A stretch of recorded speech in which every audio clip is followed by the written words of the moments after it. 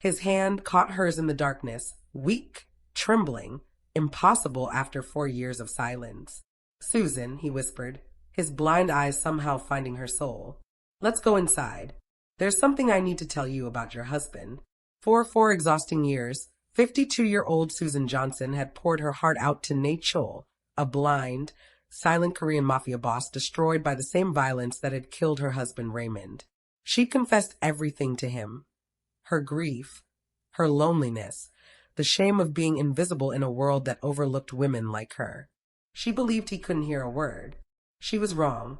Nate Chol had been listening to every confession, every prayer, every broken-hearted memory.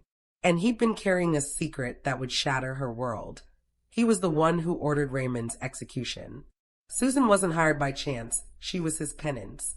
The woman he widowed, forced to care for the man who destroyed her life, neither of them knowing the terrible truth binding them together. Now, as his voice breaks years of silence, Susan realizes the most dangerous thing in that mansion isn't his criminal past or the enemies hunting them.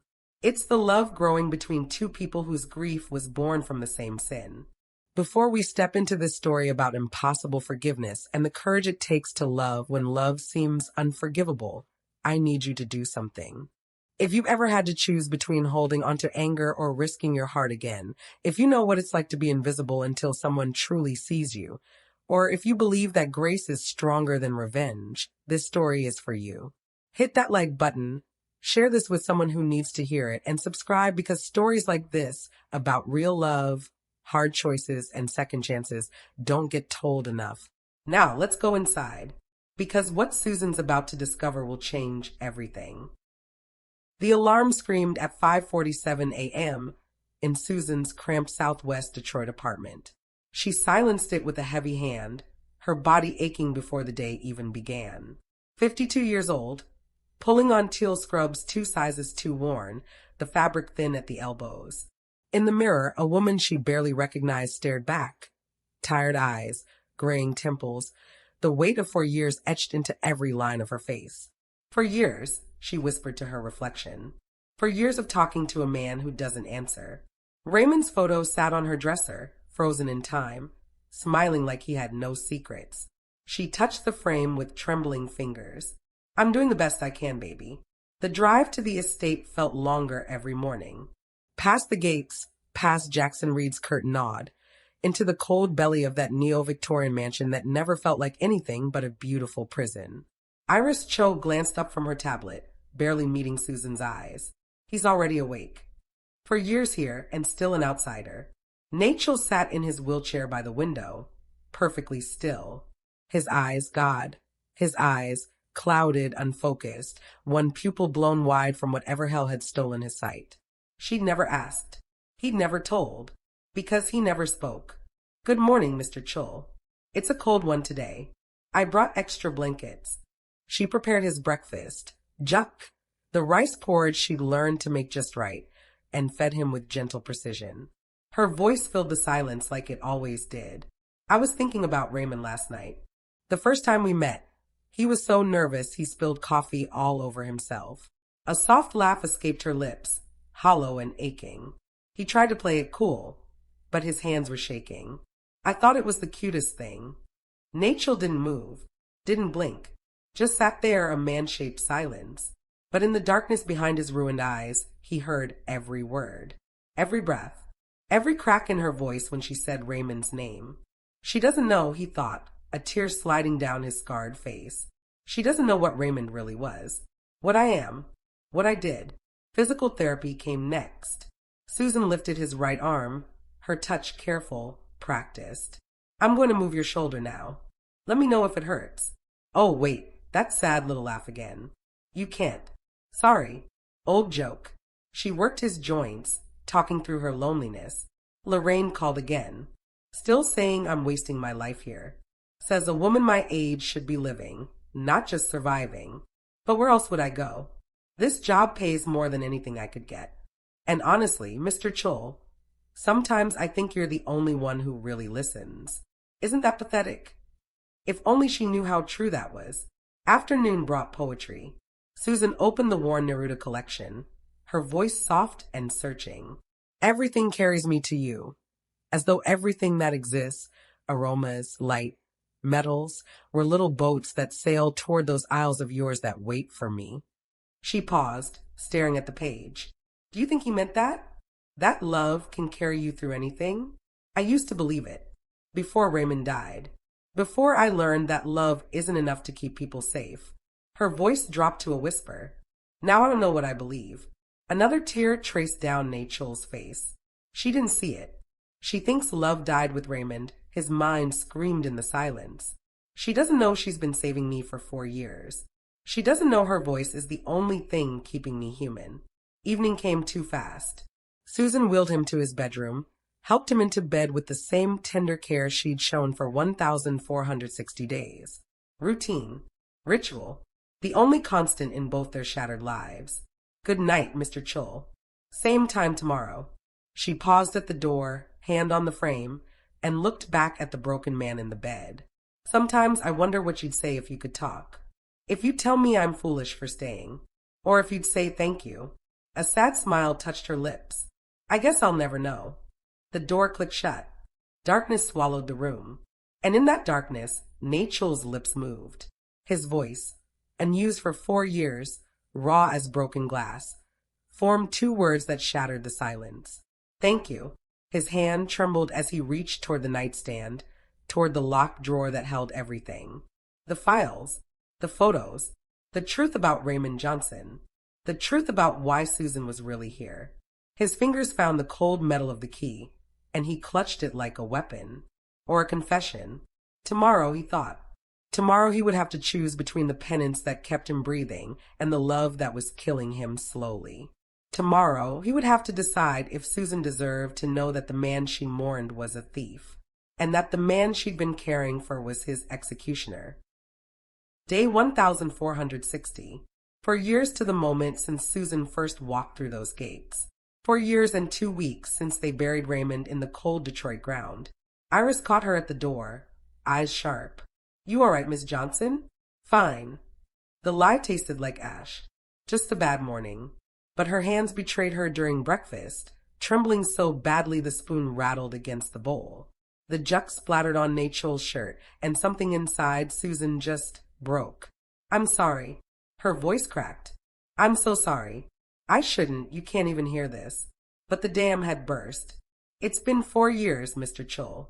4 years since Raymond died, and I still don't know why. Tears streamed down her face, hot and angry. The police said robbery. But Raymond didn't have enemies. He was just a truck driver. He worked hard, came home, watched the game. And someone killed him in an alley like he was nothing. She collapsed to the floor beside his wheelchair, sobbing into her hands. I've spent 4 years taking care of you because at least here, I'm doing something that matters.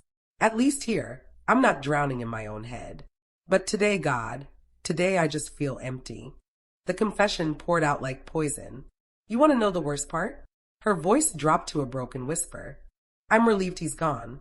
The last 2 years, he was distant, secretive, late nights, strange calls. I think he was having an affair. She laughed bitterly. I never confronted him. And now I can't. Now I'll never know if I was mourning a good man or mourning a lie. She looked up at Nachel's scarred face. You're the only person I can say that to. Because you can't judge me. You can't tell me I'm a terrible wife. You just sit there. And somehow that helps. Susan pushed herself up, wiping her eyes. Nachel's index finger twitched. Just once. Barely visible. But it moved. She froze, heart hammering. Mr. Chul. Nothing. Perfectly still. Like always. Did you just... She stepped closer, studying his face. No. I imagined it. But she didn't imagine the tension in his jaw. The slight quickening of his breath. In the darkness behind his ruined eyes, Nachel was screaming. She's wrong. Raymond wasn't having an affair. He was working for me. Laundering money through those truck routes. And when he got greedy, when he stole from us, I signed the order. The memory hit like a bullet, his hand on the paper. Dante's voice, Raymond Johnson. Consider it done. Gunshots he never heard, but imagined every night. And Susan's voice, God, her voice, on that 911 recording. Please, somebody help him. Please. He's not breathing. Please don't let him die. She can never know. If she finds out, she'll hate me. And I'll deserve it. But I can't lose her voice. It's the only thing keeping me human. A tear slid down his face. Susan saw it. She tested him the rest of the day. Dropped a cup behind him, no reaction. Called his name from the doorway, nothing. But doubt had taken root, growing like poison ivy in her chest. That night, alone in her apartment, she wrote in her journal with shaking hands. Today was hard. 4 years since Raymond died. 4 years since everything fell apart. But something happened with Mr. Chul. Something impossible. His hand moved. Just a finger. But it moved. Am I losing my mind? Or has he been aware this whole time? She paused, pen hovering over paper, and wrote one final line. And if he's been listening, what else does he know? Back at the estate, Nate Chul sat alone in the dark, clutching that key to the locked drawer. The drawer that held every secret, every file, every photo of Raymond entering his building, every wire transfer, every piece of evidence that proved Susan's husband was a criminal, and that Nate Chul was his killer. His phone buzzed, a text from Dante Volkov, council meeting next week. They're asking questions about the nurse. Want me to handle it? Nate Chul's blood ran cold. They knew about Susan, and in his world, knowing meant dying. 2 weeks of watching, 2 weeks of documenting impossibilities. The book she'd left on the left side of the table, now on the right. His wheelchair repositioned away from the draft she'd noticed yesterday. The window she'd opened to air out his room, closed when she returned from lunch. And then she saw them, fresh fingerprints in the dust on the sculpture across the room. At standing height, Susan's heart stopped. He's confined to a wheelchair. He's blind. This is impossible. Miss Johnson. Iris appeared in the doorway. Could you dust Mr. Choi's study? I'm behind today. The study. Off limits for 4 years. Until now. Susan worked mechanically, cloth moving over mahogany, until she saw it, a locked drawer in the desk. She tried the handle. Locked tight. Her pulse thundered in her ears. Later, while Iris took her break, Susan found herself in the housekeeper's office. The key ring hung on a hook, innocent and damning. Her hand shook as she took it. This is crazy. This is wrong. But she couldn't stop. That evening, after her shift should have ended, Susan stood in the empty study. The key turned with a soft click that sounded like thunder. Files, police reports, surveillance photos. Her hands pulled them out, and the world tilted sideways. Raymond, walking into a building marked Choi Enterprises. Bank statements, wire transfers, offshore accounts, numbers that made her head spin. Phone transcripts in Raymond's voice. I need more time. I'll get you the money. A police report, Raymond Johnson. DOA. Suspected gang-related execution. No. No, no, no. And then her own file. Photos of her. Recent ones. Old ones. Her 911 call transcribed word for agonizing word. Notes in elegant handwriting, Susan Johnson. Wife of Raymond Johnson. Age 48 at time of death. Financial situation critical.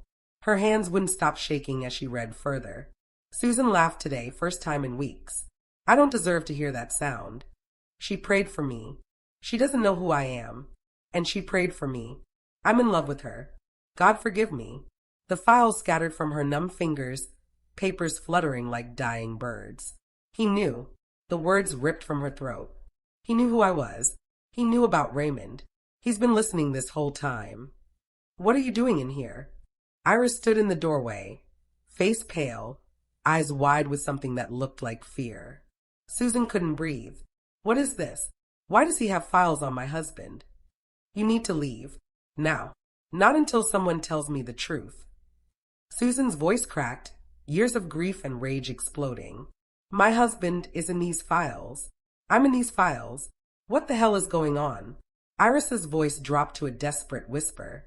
The truth is dangerous, Miss Johnson. For everyone. Especially you. Susan ran. Down the hallway. Up the stairs. Bursting into Nate Chul's room like a woman possessed. He sat in his wheelchair, facing the window, motionless as always. As if nothing had changed. As if her entire world hadn't just shattered. I know you can hear me. Her voice shook with fury. I found the files. I know about Raymond. I know you've been listening to me for 4 years. So stop pretending and talk to me. Silence. That damned, endless silence. Fine. I'll talk. Tears streamed down her face. You had files on Raymond. Photos of him at your building. Bank records. Transcripts. You knew him. And I want to know why. Nothing. Not even a breath. Please. Her voice broke completely. I've spent 4 years talking to you. Trusting you. Caring for you. Telling you things I've never told another living soul. If you can hear me, if you're really in there, please. Tell me the truth. The silence stretched so long she thought she might scream. Then his hand moved. Not a twitch. Not an accident. Deliberately, slowly, his hand reached across the space between them, seeking hers. Susan gasped, stumbling backward, her heart a wild thing in her chest. And Nachel's voice, rough as gravel, and used for 4 years, carrying the weight of 1,000 unsaid words, broke the darkness. Let's go inside, Susan. His blind eyes turned toward her, unseeing but somehow finding her anyway. I'll tell you everything. About Raymond. About why you're here. About what I've done. He paused, and in that pause, Susan heard the sound of her own world ending. But once I start, you'll never look at me the same way again. His hand trembled in the space between them. And you'll have every right to hate me. If you're feeling what Susan's feeling right now, that desperate need to know the truth even when it terrifies you, then you need to subscribe. Because what Nachel is about to confess will shatter everything. The truth about Raymond's death, about why Susan was really hired, about the twisted love born from unspeakable guilt, it's all coming. And you don't want to miss a single moment of what happens next. Subscribe now because some truths change everything. Susan sat on the edge of his bed, her entire body trembling. For years of lies wrapped in silence. Before I tell you, Nachel's voice was raw, unused, breaking on every word. You need to understand I am blind. That part is real. I lost my sight 4 years ago, but I've been conscious, aware, listening. For 4 years, I've heard every word you've spoken. Why? Her voice cracked. Why didn't you say anything? Because I'm a coward. Because the moment I spoke, I'd have to tell you the truth. He turned his scarred face toward her voice. And the truth is going to destroy us. What truth? Silence stretched like a blade. Raymond wasn't killed in a random robbery. He was executed. By my organization. He paused, and the next words fell like stones into water. On my order. The room tilted. Susan couldn't breathe. No. The word barely escaped. No, you're lying. Raymond worked for me for 6 years, laundering money through his trucking routes. He got greedy, started skimming. I gave him a warning. He ignored it. Nachel's hands clenched in his lap. I ordered a lesson. Just intimidation. But my enforcer, Dante Volkov, he went too far. He killed Raymond. I didn't order his death specifically, but I gave the order that led to it. His blood is on my hands. Susan stood, backing away, her vision blurring with tears. Raymond's partner blamed me. His brother organized revenge. They attacked my home, killed my pregnant wife, Jihai, my daughter, Sumin. She was 6 years old, Susan. 6. They blinded me and left me alive to suffer. His voice broke completely. Your husband's death led to my family's death. We're bound by blood. Your grief and mine, they come from the same sin. Why am I here? Susan's voice was barely a whisper. Why did you hire me? During my recovery, I heard a recording of your 911 call. Your voice, desperate, heartbroken, begging someone to save him. And I thought if I had to listen to that voice every day, maybe it would be enough punishment. Maybe I could atone. So I'm your penance? She was screaming now. I'm just what? Your daily punishment. You were. At first. He reached toward her voice, hand trembling in empty air. But then you became more. You became the only light in my darkness. Your voice, your stories, your faith, you saved me, Susan. Even when you didn't know it. You didn't save me. You used me. Yes, I did. And I would understand if you never forgave me. Her mind raced back to the files. The notes said my financial situation was critical. How did you know that? The pause lasted forever. Because I made sure it would be. What? Your eviction. The denial of Raymond's life insurance. I made calls. I have connections. I made sure you'd be desperate enough to take this job. The floor dropped out from under her. You destroyed my life to bring me here? Yes. Why? Her voice shattered. Why? Because I needed to face what I'd done. Every day. I needed to hear your voice and know that I was the reason it carried so much pain. I needed to suffer. And making you suffer too was the price I paid. Susan stared at him, this broken man in the darkness who had orchestrated her destruction. You're a monster. I know. She was pacing now, crying, fury and grief warring in her chest. You took everything from me. My husband, my home, my peace, and you did it deliberately. Yes, and you let me fall in love with you. Her voice dropped to a broken whisper. Because I have fallen in love with you. And that makes me the stupidest woman alive. You're not stupid. You're kind. And I took advantage of that kindness. Was any of it real? She needed to know, even though the answer would kill her. Your feelings for me? All of it. His blind eyes glistened with tears. Every word I've wanted to say for 4 years. Every moment I wanted to reach for you and couldn't. It's all real. But that doesn't undo what I did. No, Susan whispered. It doesn't. She walked out. Didn't look back. Couldn't. The drive home was a blur of tears and red lights. She sat in her car in the parking lot for an hour, unable to move, unable to think. Finally, she dragged herself inside and collapsed on her bed. Raymond's face in the casket, the eviction notice, the insurance denial. All of it, orchestrated by a man who claimed to love her. She screamed into her pillow until her throat was raw. Across the city, Nate Chul sat alone in his room, tears streaming down his scarred face. I told her, and now I've lost her. But at least she knows the truth. At least I stopped lying.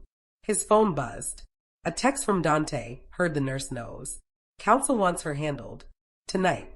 Should I proceed? Nate Chul's blood turned to ice. They were coming for Susan, and he was the only one who could stop them. 3 days in hell. Susan hadn't left her apartment, hadn't eaten, barely slept, just stared at the ceiling, replaying every moment, every lie, every tender word that now tasted like poison. The knock came on day 3. Lorraine, arms crossed, worry etched in every line of her face. I heard you quit. What happened? I can't talk about it. Did he hurt you? Susan laughed, bitter, broken. Worse, he told me the truth. The coffee shop was a mistake. Too public. Too exposed. But Susan needed to be somewhere that wasn't her apartment, wasn't her head. Miss Johnson. The woman who slid into the booth across from her had federal agent written all over her. Sharp suit. Sharper eyes. Special Agent Claire Reeves. I need to talk to you about Nate Chul. I don't work for him anymore. I know. But you spent 4 years with him. And I need your help. Reeves spread photos across the table, crime scenes, money trails, bodies. Your husband was working for him. And when Raymond got greedy, Nate Chul had him killed. I know. Susan's voice was hollow. He told me. Reeves's eyebrows shot up. He told you. 3 days ago. He told me everything. Then you can help us. Testify. Help us take down his organization. What do I get out of it? Justice for Raymond. And protection, because now that you know too much, you're in danger. Susan took the card. Said nothing. The cemetery was quiet. Too quiet. Raymond's headstone stared back at her, cold and accusing. I found out the truth, baby. Her voice cracked. You were working for criminals. You were stealing. And you got killed for it. All these years, I thought you were innocent. I thought I knew you. But I didn't know you at all. She sank to her knees in the grass. And now I'm in love with the man who had you killed. What does that make me? A traitor? A fool? No answer came. Just whined through the trees and the weight of unanswered questions. The church was empty when she slipped inside. Susan sat in the back pew, head bowed, unable to form words into prayer. Susan. Pastor Williams's voice was gentle. I haven't seen you in weeks. Are you okay? Pastor, How do you forgive someone who did something unforgivable? He sat beside her, considering, with God's grace. But forgiveness doesn't mean forgetting. It means choosing not to let the sin have power over you. What if forgiving them feels like betraying someone else? Then you have to ask yourself, what does holding on to that anger cost you? And is that cost worth it? Susan closed her eyes. God, I don't know what to do. Show me, please. The knock that evening made her blood run cold. 3 men stood in her doorway. The one in front, sharp suit, sharper smile, radiated danger. Ms. Johnson, I'm Dante Volkov. We need to talk about your former employer. I don't work for him anymore. We know, but you know things, and we can't have loose ends. Susan's hand tightened on the door. I don't know anything. That's not what we heard. Word is Nachel's been talking. To you. To the FBI. And that makes you a problem. Get out of my home. Dante's smile widened. With pleasure. But understand, if you cooperate with the feds, your family becomes a target. Your sister Lorraine? That cute little house she's got in Dearborn? Be ashamed if something happened. They left. Susan locked the door with shaking hands, then collapsed against it. An hour later, another knock. I don't want visitors, Susan called through the door. Please, just 5 minutes. A woman's voice. Cultured. Desperate. Susan opened it to find an elegant Korean woman, eyes red from crying. I'm Lillian Park. I was Nate Chul's sister-in-law. Something in Susan broke. She let her in. Lillian didn't waste time. I know he told you about Raymond, about what he did, and I want you to know, my sister Jihai tried to get him to leave the life. For years, she begged him, and he refused. He chose power over family, and she died for it. Why are you telling me this? Because you're thinking about forgiving him. Lillian's eyes burned. I can see it in your eyes, and I need you to know he doesn't deserve it. He's a murderer, and he'll destroy you too. Susan met her gaze steadily. With respect, Miss Park, he's already been destroyed. By the same violence that killed your sister. That's not redemption. Lillian's voice turned cold. That's karma. After she left, Susan sat in the dark, wrestling with demons that had no names. Her phone buzzed. Unknown number. The text made her heart stop. Susan, it's Nay. Dante's coming for you. Tonight. I'm sending protection. Please trust me one more time. I know I don't deserve it, but I can't let them hurt you. Not you. NC. A second text followed immediately. And if you're wondering if this is manipulation, it's not. The council voted. You're a loose end. And loose ends don't survive. I'm sorry. For everything.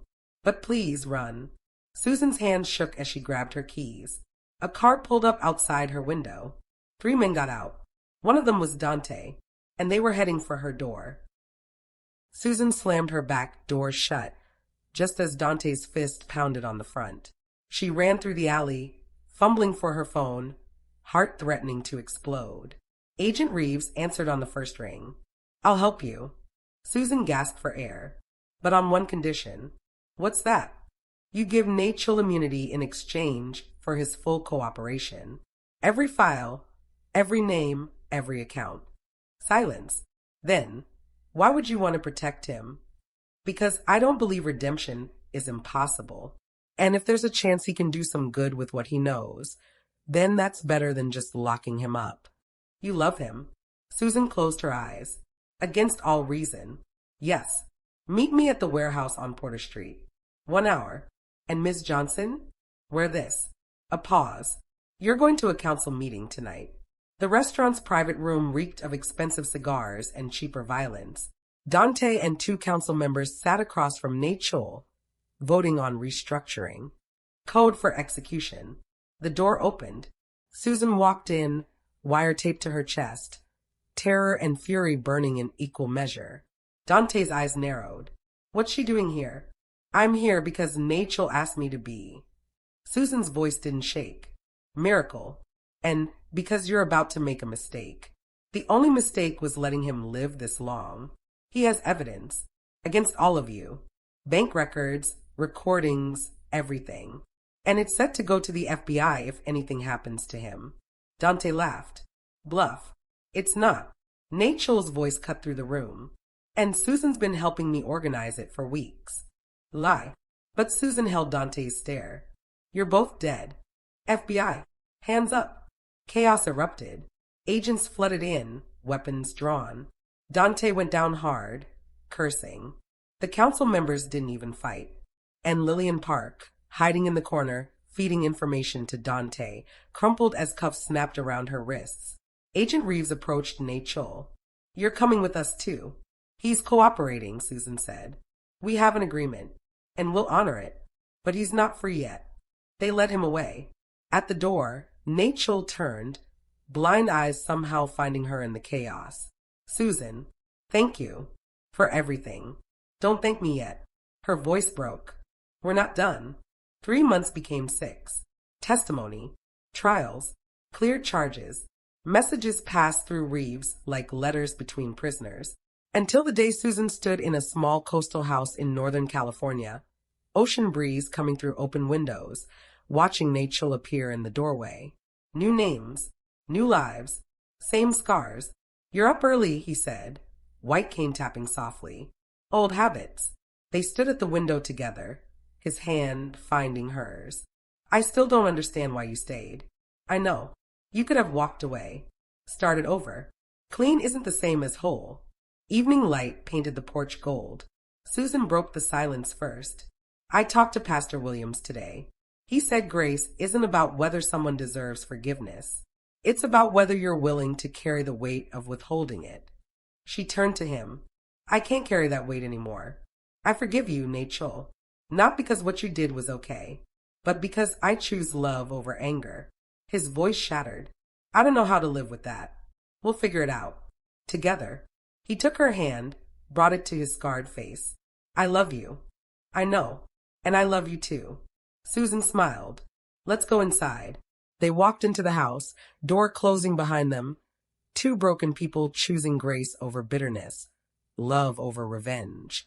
And in that choice, they found something neither thought possible. Redemption. Not earned, not deserved, but given freely, the way grace always is.